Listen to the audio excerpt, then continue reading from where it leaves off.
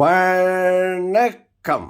நீலமலை தொலைக்காட்சியின் நகர்வள பகுதி செய்திகளை வாசிப்பது மலைகளின் அரசி உங்கள் நீலமலை அன்பில். இன்றைய நகர்வள பகுதியிலே நமது செய்தியாளர், ஒளிப்பதிவாளர், எடிட்டர் திரு பிரசாத் அவர்கள் தேவர் சாலை மீனாட்சி எஸ்டேட் 2வது மைல் பகுதியிலே இருந்து தகவலை தந்திருக்கிறார்.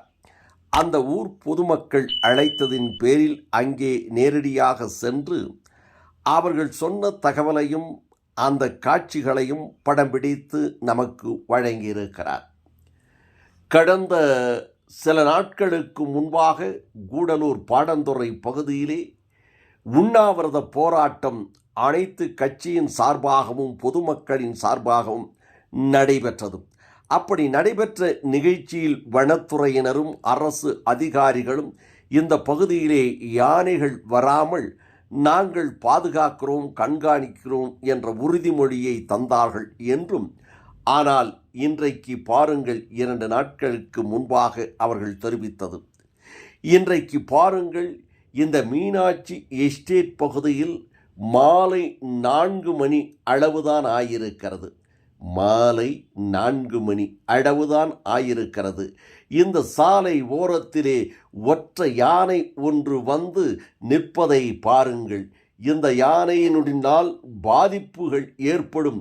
ஆகவே இந்த வழியிலே செல்லக்கூடியவர்கள் கவனமாக செல்லுங்கள். இந்த வழியிலே ஒற்றை ஆட்கள் நடந்து செல்ல வேண்டாம். 2 சக்கர வாகனத்தில் செல்லுகின்ற போது கூட கவனமாக செல்லுங்கள். கார்களும் மற்றவையும் அடித்து நொறுக்கக்கூடிய நிலை இருக்கிறது. ஒற்றை யானையாக இருப்பதினால் ஆபத்து இருக்கிறது என்று அவர்கள் குரல் கொடுத்த வண்ணமே இந்த காட்சியிலே நமது நகர்வள பகுதிக்கு நமது செய்தியாளர்களிடம் தெரிவித்திருக்கிறார்கள். ஆக அரசு கொடுக்கின்ற உறுதிமொழிகளெல்லாம் இந்த யானைகள் கட்டுப்படுத்த முடியுமா என்பது அந்த பகுதியிலே இருக்கின்ற பொதுமக்களுடைய ஒரு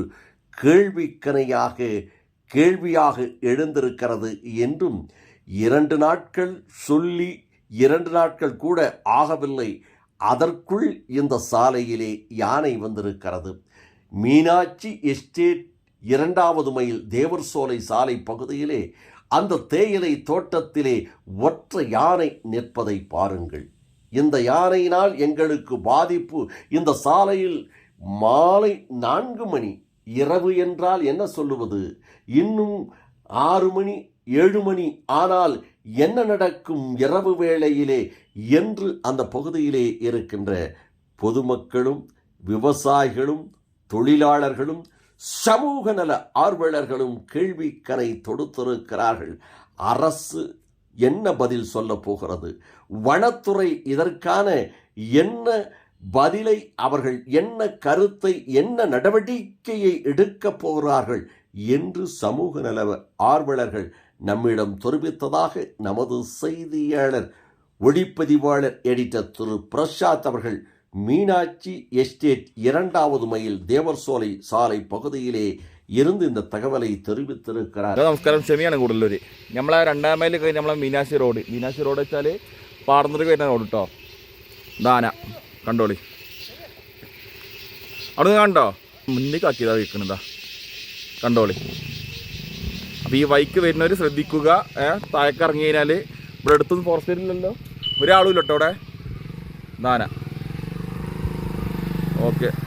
வணக்கம் கூறி விடைபெறுவதற்கு முன்பாக இதுபோன்ற செய்திகளை உங்கள் நீலமலை தொலைக்காட்சியிலும் உங்கள் நீலமலை தொலைக்காட்சி யூடியூபிலும் கண்டு மகிழுங்கள் என்று தெரிவித்து, NMTV யூடியூப் பகுதியிலே இதுவரை நீங்கள் அங்கத்தினராக மாறாமல் இருந்தால் உடனடியாக NMTV யூடியூப் பகுதியிலே சென்று சப்ஸ்கிரைப் செய்து பெல் பட்டனை அமர்த்தி அங்கத்தினராக மாறினால் இனி என்ன இதுபோன்ற செய்திகளை எப்போதும் கண்டுகளிக்கலாம் என்று தெரிவித்து, நகர்வள பகுதியில் வணக்கம் கூறி விடைபெறுவதற்கு முன்பாக இந்த செய்திகளை எல்லாம் சிறப்பாக வழங்கியிருக்கிறோமா என்று NMTV யூடியூப் பகுதியிலே உங்களது கருத்துக்களை பதிவிடுங்கள் என்று பண்போடும் அன்போடும் கேட்டு வணக்கம் கூறி விடைபெறுவது என்றென்று உங்கள் நீலமலை அன்பில்